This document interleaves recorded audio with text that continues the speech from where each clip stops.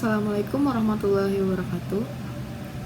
Alhamdulillahirrabbilalamin. Wassalatu wassalamu ala nabiyyil mursalin wa ala alihi wa sahbihi ajmain, amma ba'du. Saudaraku yang dimuliakan oleh Allah Subhanahu wa taala, kita sering mendengarkan kata tauhid. Tauhid yang sebagaimana dijelaskan oleh para ulama ialah unsur kebahagiaan seorang hamba di dunia maupun di akhirat. Modal terbesar bagi seorang hamba untuk meraih keridhaan Allah di dunia maupun di akhirat adalah tauhid.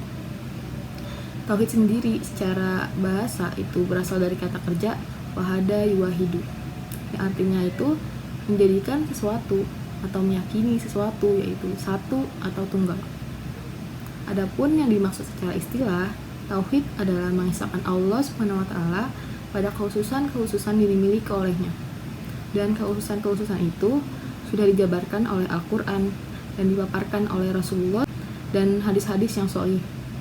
Dan itu semua tidak keluar dari 3 kelompok besar. Yang pertama adalah kekhususan Allah Subhanahu wa taala yang terkait dengan perbuatannya atau rububiyah. Hanya Allah saja, hanya Dia sendiri yang menciptakan alam semesta dan segenap isinya. Hanya Allah saja yang mengatur alam semesta ini. Hanya Dia sendiri yang menghidupkan, mematikan, memberikan rizki, dan hanya Dia juga yang menentukan dan juga berkuasa di alam semesta ini.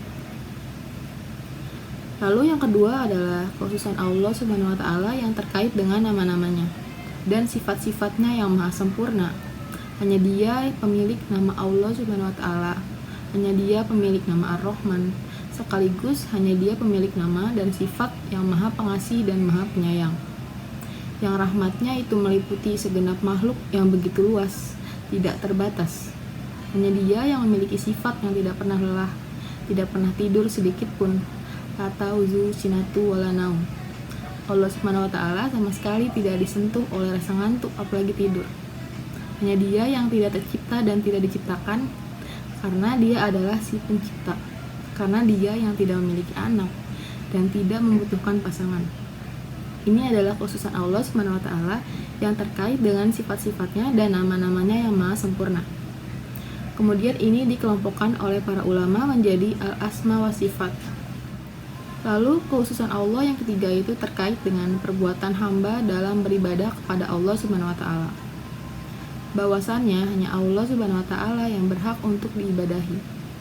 Maka kita wajib mentauhidkan, mengesahkan Allah Subhanahu wa taala, menjadikan Dia satu-satunya yang berhak untuk menerima ibadah yang kita lakukan. Itu kemudian dikelompokkan oleh para ulama menjadi tauhid al-uluhiyah. Kita wajib mentauhidkan Allah pada 3 kekhususan Allah ini. Jika kita tidak mentauhidkan Allah dalam rububiyah, maka kita tergolong oleh orang-orang yang musyrik.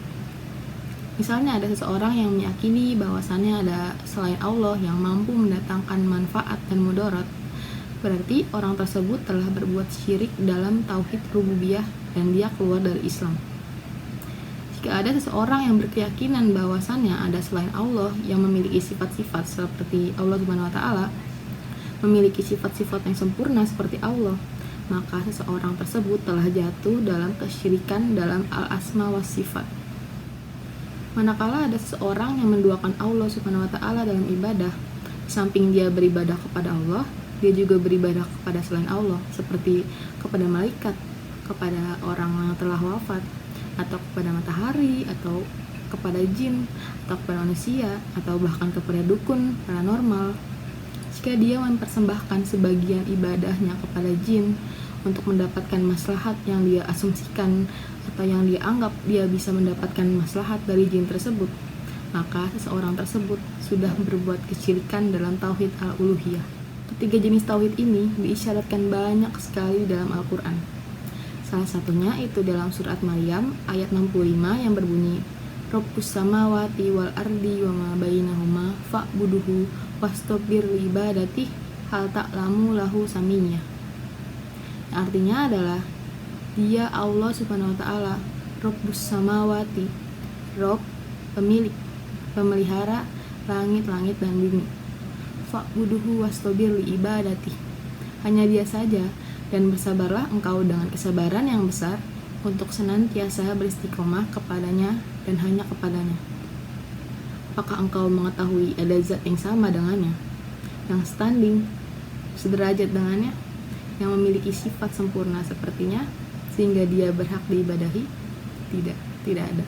Dan banyak lagi ayat-ayat Al-Quran yang berbicara mengenai tauhid ini. Semoga ilmu ini menjadi manfaat. Wassalamualaikum nabiyya Muhammad wa ala alihi wa sahbihi wasallam. Akhiru da'wana anilhamdulillahi rabbil alamin.